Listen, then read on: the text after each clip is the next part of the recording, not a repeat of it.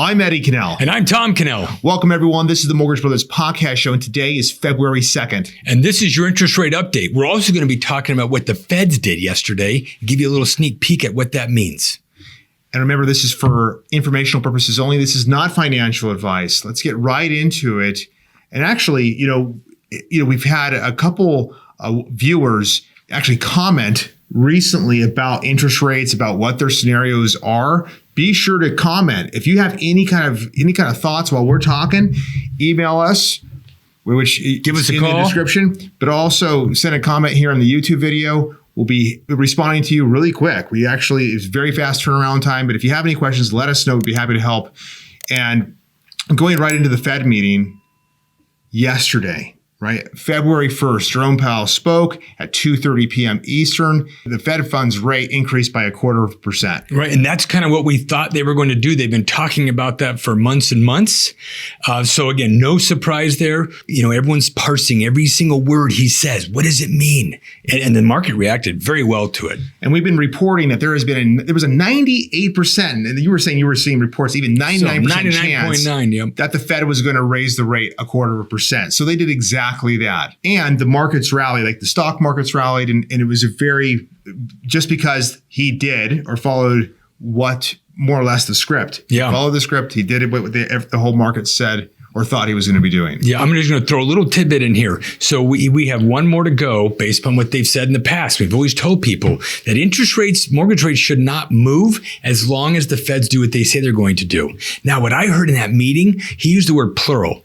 Rates, meaning, movements. So we're thinking one more to go, but yet he used the word pushing the rates more. So that's just my little take. Yeah. I heard the S word in there and I thought, what does that mean? So the next meeting is March 22nd, and it is anticipated there is an 85% chance that the Fed will actually raise the rates another 0.25%. So right here, maybe this chart, hopefully it's easy enough to see, but it says 450 to 475. That's a range. That's the Fed rate. It's basically that means 4.5 to 4.75. That's the range. That's where we're at today. Mm-hmm. March 22nd. Right. And we're going to be in the range of right here, the 4.75 to 500. Yeah. Now, what's interesting is, so look there. So that is 85% chance that it's going to go up a quarter.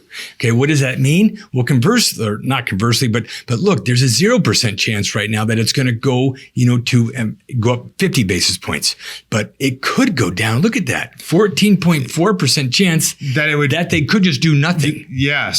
So that's interesting. This chart is actually really, really good. So I'm hoping people understand. Hopefully it helps people, but really there's an 85% chance, what you can see here, that the Fed will raise that rate a quarter next meeting. Yep. But then in May, there's a 60% chance that it'll be the same. It'll be in the same tier. June, 56% chance. And then in July, it's basically 50% chance it'll be in this tier. And look, it's 21% chance that's when it kind of turns around. It's really that July meeting. Right. So that is interesting. So if you go back up to what's going to happen in March, there's a 0% chance that it's going to move by 50 basis points. Yet if you go to July, they're saying there's a 25% chance it could go up. So meaning there's a lot of runway that we have to go through and things can change. And all of a sudden the Feds can say, we're not done raising, folks. We're going to go up one more time. And the farther out the time horizon, the less certainty they have. So it's kind of a broader prediction. Yeah. And anyway, we see rates going up in March, very likely, and then staying stable through July, and then maybe September to November coming down. And that is something we wanted to share with you. Okay, so the 10-year, the 10-year Treasury. This is what all major mortgage banks. So all the banks, when they're tracking rates, everyone's looking at the 10-year Treasury. Right. Not the 1 year, not the 2 year, not the 3 year, but the 10-year. So the 10-year, people are like, what did a 10-year do today? Well, today, I drew this, see this vertical line right here? This is at 12:30 Arizona time. We're Mountain Standard Time. This is 12:30. This is when Jerome Powell spoke. When he took the microphone. Yes, when he started talking. And you can see for a couple minutes, he's talking and the reporters are asking him questions and nothing was really being said that was really giving any kind of direction. But maybe right around 10 minutes into the speech, or the speech, all of a sudden the market started understanding what he was saying, and it actually really, while the stock markets rallied, the yield on the 10-year started coming down. Right. And that has gone to what we've been saying. Remember, the Fed funds rate is pushing the target rate. It does not affect the 30-year. And this is the point right here. So they just literally increased the Fed funds rate by 25 basis points, but it dropped. It had the opposite reaction. Right. So the interest rates have actually become better. The 30-year fix, for example, is better today. All the mortgage rates are better, and that's what we're going to get into right now. Yeah. Thought that would be interesting to share. But so today, interest rates for the 30-year fix, we see at 5.75%. They're down. The 15-year fix, 4.99. We haven't seen them in the fours in a long time. Yeah, we have a 4. Huge deal. The 30-year FHA, 5.5. The 30-year VA, 5.5. And those rates are based off of these loan assumptions for conventional FHA and VA loans. There's no extra points. And I will reiterate, a customer reached out by YouTube and in the comments and asked, why are your rates, why were they so much lower than someone who they've received a quote from? It was about 0.75% higher. Whoa. Yeah. And I was like, I told him what to do, what to be looking for. And I asked him a couple of questions, and just that lender was giving him a very high rate for no good reason.